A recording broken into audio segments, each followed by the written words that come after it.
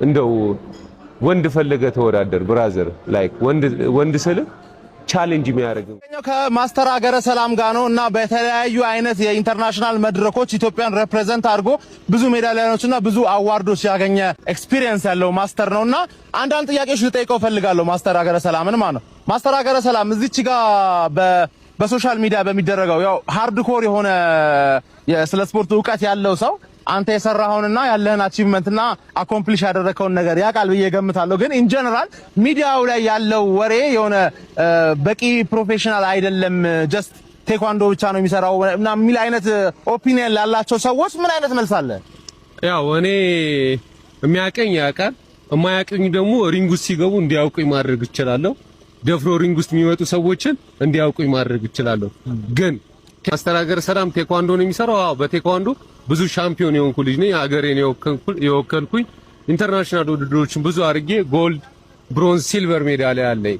ያ ማለት ቴኳንዶ ላይ ብቻ ነው አገረ ሰላም ያለው ማለት አይችልም።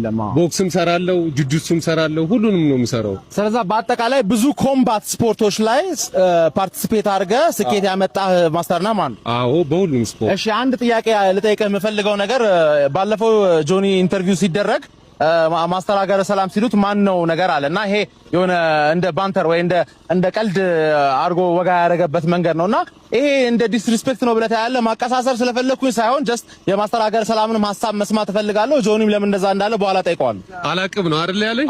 አገር ሰላም ነው አለ። አዎ ስሜም ሰላም ነው፣ አገረ ሰላም ነኝ። እውነት ነው። ግን እንዲያውቀኝ መድረክ ላይ ብቻ አስወጡኝ። መድረክ ላይ ይውጣና አገረ ሰላም ማን ነው የሚለውን ያኔ በደንብ እንዲያውቁ ሁሌ እንዲያስታውሰኝ አደርገዋለሁ። እኔ አሁን መረራት እንፈልገው አንተ በስንት የማርሻል አርት ዲሲፕሊኖች ነው ትሬኒንግ ያለ? በስንት ማርሻል አርት? እኔ ቦክስ ሰራለሁ። ቦክስ 1፣ ቴኳንዶ ሰራለሁ። ቴኳንዶ 2፣ ጁጁትሱ አሁን ጀምሬያለሁ። ጁጁትሱ አሁን ጀምራት 3። ስለዚህ ከ3 ዲሲፕሊን በላይ ትሬን ታደርጋለህ ማለት ነው። እዚች ጋር እኔ በኔ ኦፒኒየን አይ ቲንክ አሁን ጆኒ ግራፕለር ነው።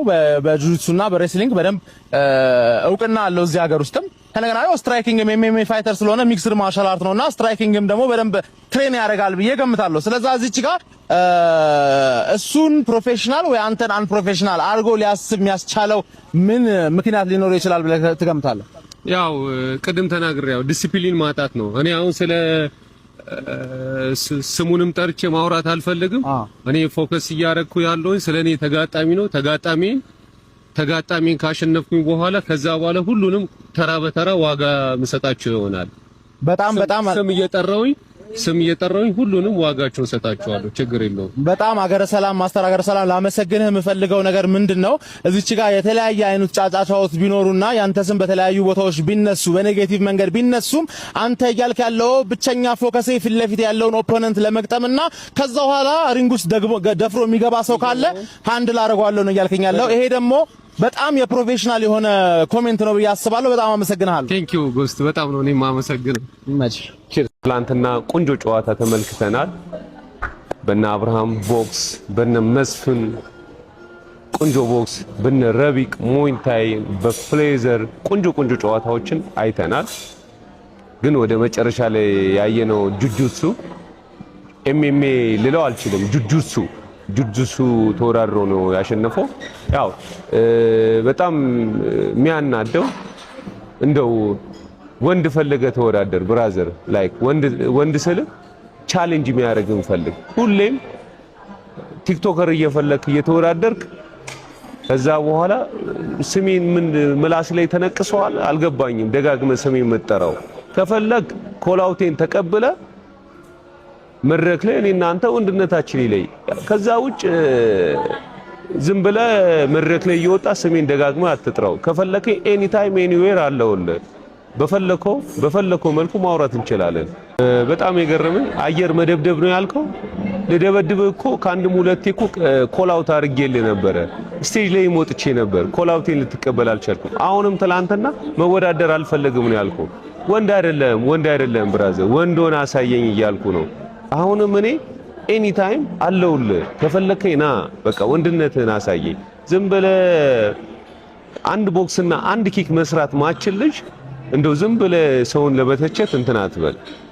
ለትናንትናው ለሴዶ ሽንፈት ይሄ ሰው ያለበት ኤምኤምኤ ማለት እንደዚህ አይደለም። ኤምኤምኤ ማለት ደም አለው። ጆኒ ማለት ኤምኤምኤን እያግማማው ያለ ሰው ነው። ሰው እንዴት ሰው ላይ ተጠምጥሞ ይወጣል?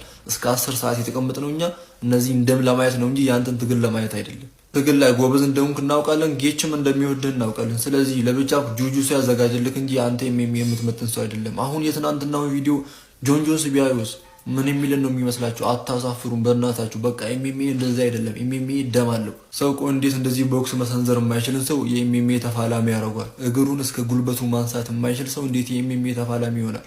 በጁጁሱ ጨርሰው ልትወጣ ይወት። እስኪ አሁንም ደግሞ ኩዌሽን ሁዝ ኔክስት መስምሩ አይጫወትም። አናይም። ቢጫወት ራሱ አናይም። ምክንያቱም ለምን ትግል እንደ እባብ እንዲህ መሬት ለመሬት እንትን ስትል ለማየት ነው እስከ 10 ሰዓት የምንቀመጠው። አንተም በሙዋይታይ እንኳን እነሴዶ ዛራ ታሸንፋለች። ምንም በቃ ይቀራል። ጁጁሱ ላይ ብቻ በርታ።